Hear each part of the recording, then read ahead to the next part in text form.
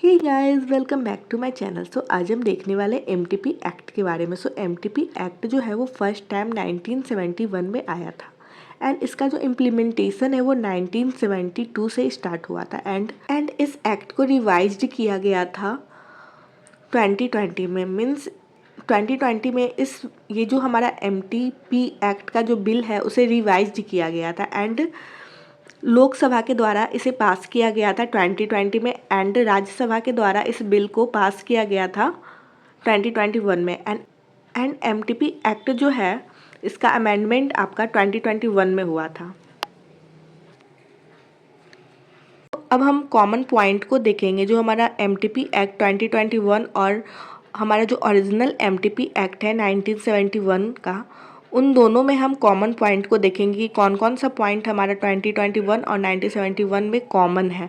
So according to MTP act, MTP can be done only by medical practitioner approved by government of India,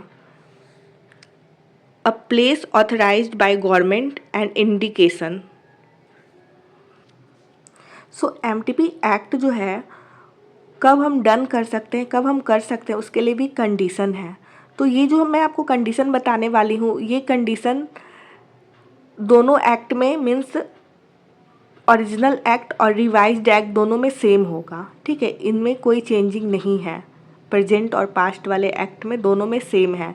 so MTP act जो है वो done कर सकते हैं only by medical practitioner approved by government of India and a place authorised by government. Means यहाँ पे कुछ place जो भी गवर्नमेंट के द्वारा अप्रूव्ड किया गया है उसी प्लेस पे करेंगे। ठीक है, एंड एमटीपी जो है उसके लिए इंडिकेशन भी यहाँ पे दिया गया है, एक्ट में दिया गया है कि ये सब इंडिकेशन में हम एमटीपी एक्ट करेंगे, अदरवाइज हम नहीं कर सकते हैं। तो हम एक एक करके देखने वाले हैं कि क्या है हमारा हर केस में। सो फर्स्ट जो हमारा है only by medical practitioner approved by government hospital. तो इसमें क्या है कि who has got a degree MD MS और डिप्लोमा इन गायनी। मीन्स जो हमारे मेडिकल प्रैक्टिशनर अप्रूव्ड हैं गवर्नमेंट ऑफ इंडिया से, उनके पास एमडी एमएस का डिग्री होना चाहिए या फिर डिप्लोमा इन गायनी होना चाहिए। एंड सेकेंड जो है एमबीबीएस और has done 6 month house job in ops and gynae. And third जो है एमबीबीएस और who has assisted in at least 25 MTP. अगर इन तीनों में से कोई भी कंडीशन को अगर कोई प्रैक्टिशनर फॉलो करते हैं तो वो एमटीपी को परफॉर्म कर सकते हैं। And now a place authorised bye government of India.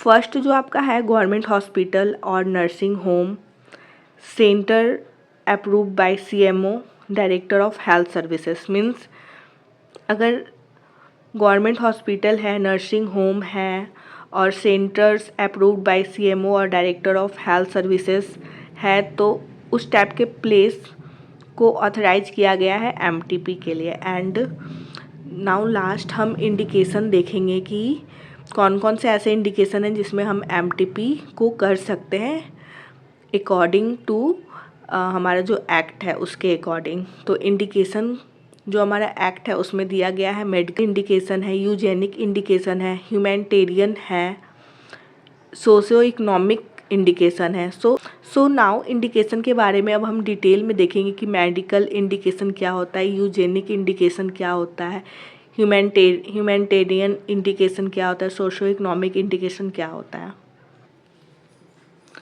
So now medical indicators. Medical indicators में क्या है, where continuation of pregnancy might endanger mother life. Means वैसा प्रेगनेंसी जिसे अगर हम कंटिन्यू करते हैं तो मदर को डेंजर हो सकता है। लाइक हार्ट डिजीज़ के केस में, इंड स्टेज रेनल डिजीज़ के केस में अगर हम प्रेगनेंसी को कंटिन्यू करते हैं तो डेंजर मदर को हो सकता है। ठीक है, तो इस केस में हम एमटीपी मीन्स प्रेगनेंसी को टर्मिनेट कर सकते हैं।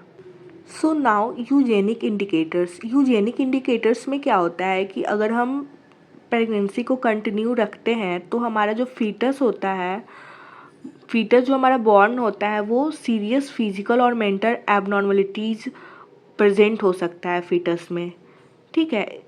इस टाइप के प्रेगनेंसी को अगर हम कंटिन्यू करते हैं, लाइक एग्जांपल में एनेंसेफेली हो गया। यहाँ पे क्या होता है कि स्कल अब्सेंट होता है फीटस में, मतलब जो बेबी हमारा बॉर्न होता है। रूबेला इन फर्स्ट ट्राइमेस्टर, ठीक है। तो इस टाइप का जो केस होता है, तो इस टाइप के केस को अगर हम प्रेगनेंसी कंटिन्यू करवाते हैं किसी मदर में, तो उसमें जो हमारा बेबी जो बर्थ होता है वो उसमें सीरियस कॉम्प्लिकेशन देखने को मिल सकता है, ठीक है। तो इस केस में भी हम एमटीपी कर सकते हैं।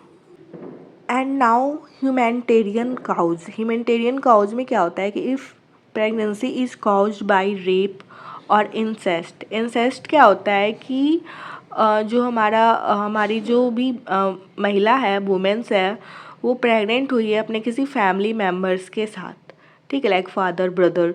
तो उस टाइप का अगर केस आता है तो उसमें भी हम एमटीपी कर सकते हैं, ठीक है, according to act. And socio economic cause जो होता है प्रेगनेंसी, लाइक अनप्लैन्ड हो गया और कॉन्ट्रासेप्टिव फेलुअर हो गया, तो इस केस में भी हम एमटीपी कर सकते हैं। And other important point 1971 and 2021 act का जो एमटीपी एक्ट है, उसमें अदर इम्पॉर्टेंट पॉइंट में हम देखेंगे कि हमारा जो कंसेंट है, कंसेंट जो हम एमटीपी के लिए लेते हैं वो सिर्फ फीमेल से लेते हैं, हस्बैंड के कंसेंट का ज़रूरत नहीं है यहाँ पे, ठीक है। And if female is minor means less than 18 years और मेंटली रिटार्डेड है, अगर हमारा जो फीमेल है वो मेंटली रिटार्डेड है या फिर वो 18 साल से कम की उम्र की है, तो उसमें हम जो कंसेंट लेंगे वो गार्जियन से लेंगे, ठीक है। And now all abortions have to performed confidentially and has to reported to Director of Health Services of State, okay। And now अब हम देखेंगे old MTP act and new MTP act में जो अपर लिमिट ऑफ एमटीपी रखा गया है वो क्या है। सो अपर लिमिट ऑफ एमटीपी जो है ओल्ड एमटीपी एक्ट में 20 वीक था, एंड हमारा जो न्यू एमटीपी एक्ट आया है उसमें 24 वीक है। ये बहुत इम्पॉर्टेंट है, यहाँ से क्वेश्चन बनता है कि जो हमारा अभी का जो एमटीपी एक्ट का अपर लिमिट है वो कितना है, तो 24 वीक होगा, ठीक है। सो 20 वीक जो था ओल्ड एमटीपी एक्ट का वो for all indication mean all cases के लिए था, यहाँ पे कोई एक्सेप्शन नहीं था। लेकिन जो हमारा न्यू एमटीपी एक्ट है उसमें 24 वीक्स रखा गया है upper limit of MTP, but for only some indication means यहाँ पे आपका इंडिकेशन है। फर्स्ट इंडिकेशन जो है कि अगर आपका प्रेगनेंसी फेलुअर ऑफ कॉन्ट्रासेप्शन होता है, मीन्स फेलुअर ऑफ कॉन्ट्रासेप्शन आपका रीजन है प्रेगनेंसी का, तो यहाँ पे आप एमटीपी आपको 20 वीक के अंदर ही करवाना है, ठीक है, 2021 एक्ट के अकॉर्डिंग, ठीक है। अगर आपका रेप हुआ है या इंसेस्ट का केस है, ठीक है, तो यहाँ पे आप 24 वीक तक अपर लिमिट है एमटीपी का। एंड फॉर फीटल एनोमलीज और कंजेनाइटल मालफॉर्मेशन का केस है, तो यहाँ पे भी आपका upper limit of MTP 24 week है। सो एंड हमारा एक और केस बनता है जिसमें क्या होता है कि फिटस को फैटल डिजीज़ होने का चांस होता है या फिर प्रेजेंट होता है, जिससे क्या होता है कि अगर वो बॉर्न होगा तो वो सर्वाइव नहीं कर पाएगा। तो अगर इस टाइप का केस होता है तो उसे हम सबस्टेंशियल फिटल एनोमलीज बोलते हैं। इसका एग्जाम्पल है एनेंसेफेली हो गया, कॉर्डल रिग्रेशन सिंड्रोम हो गया। तो इस केस में क्या होता है कि कोई भी लिमिट नहीं होता है एमटीपी का, मीन्स हम MTP can do MTP at any time, means हम कभी भी एमटीपी कर सकते हैं, इसका कोई लिमिट नहीं है बाय 2021 अमेंडमेंट। एंड आपका जो सबस्टेंशियल फीटल एनोमलीज जो है उसे डिसाइड कौन करेगा, तो वो करेंगे मेडिकल बोर्ड। मेडिकल बोर्ड में आपके 4 मेंबर्स होते हैं। मेंबर्स कौन कौन होते हैं? ऑब्स एज गायनी वाले होते हैं, रेडियोलॉजिस्ट होते हैं, पीडियाट्रिशियन होते हैं, and 1 person who assigned by state, and एक पर्सन और होते हैं जिसे स्टेट असाइंड करते हैं, ठीक है। सो नाउ अब हम देखने वाले हैं opinion of doctor before MTP means according to 1971 act and 2021 act के थ्रू किस जेस्टेशनल एज में कितने डॉक्टर की ओपिनियन का ज़रूरत है। सो अगर आपका जेस्टेशनल एज टिल 12 वीक है तो 1 डॉक्टर का ओपिनियन का ज़रूरत है बिफोर एमटीपी। अगर जेस्टेशनल एज 12 टू 20 वीक है तो यहाँ पे 2 डॉक्टर का ज़रूरत पड़ेगा आपको, ठीक है। एमटीपी करने से पहले हमें 2 डॉक्टर की ओपिनियन का ज़रूरत है। एंड नाउ 2021 के अकॉर्डिंग अगर आपका जेस्टेशनल एज टिल 20 वीक है तो आपको 1 डॉक्टर के ओपिनियन का ज़रूरत पड़ेगा। एंड अगर 20 टू 24 वीक हो रहा है जेस्टेशनल एज तो यहाँ पे आपको 2 डॉक्टर के ओपिनियन का ज़रूरत है। And in case substantial foetal anomalies MTP हम 4 वीक के बाद भी कर सकते हैं, लेकिन यहाँ पे मेडिकल बोर्ड के मेंबर का ओपिनियन चाहिए। कितने मेंबर होते हैं? 4 मेंबर होते हैं जिनका ओपिनियन ज़रूरी है।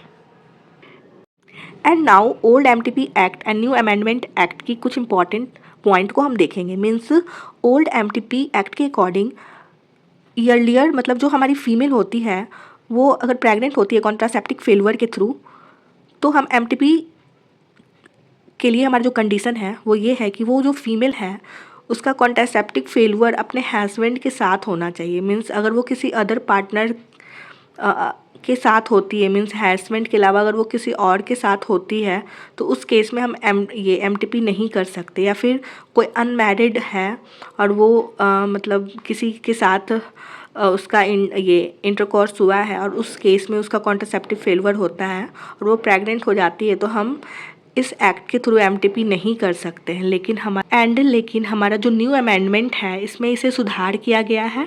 Now any female with her partner can get MTP done contraceptive failure as a cause of pregnancy. Means हमारी जो फीमेल है वो अपने पार्टनर से अगर वो कॉन्ट्रासेप्टिव फेल्यूर के थ्रू प्रेग्नेंट हो जाती है तो उस केस में हम एमटीपी करेंगे, ठीक है। ये हमारा न्यू अमेंडमेंट के थ्रू है। एंड प्राइवेसी अबाउट डिटेल, हमारा जो प्राइवेसी है उसे मतलब बहुत अच्छे से ध्यान से रखा जाएगा कि हाँ वो उसे मतलब लीक नहीं होने दिया जाएगा। And name of female should not be revealed except to person authorised by law.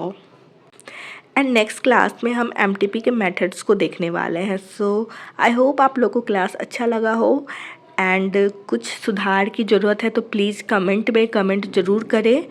And ठीक है, अपना ख्याल रखें, बहुत ज़्यादा ख्याल रखें। बाय।